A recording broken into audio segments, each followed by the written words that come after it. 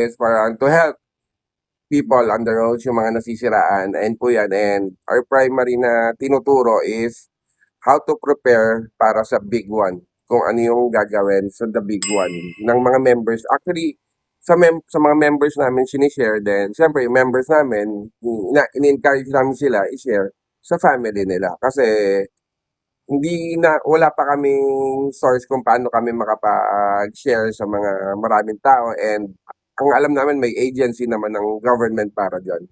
So kami enhancement lang ng mga sasabihin, or kumbaga parang Xerox copy lang ng sinasabi nila na mas mapalaganap namin sa iba pa.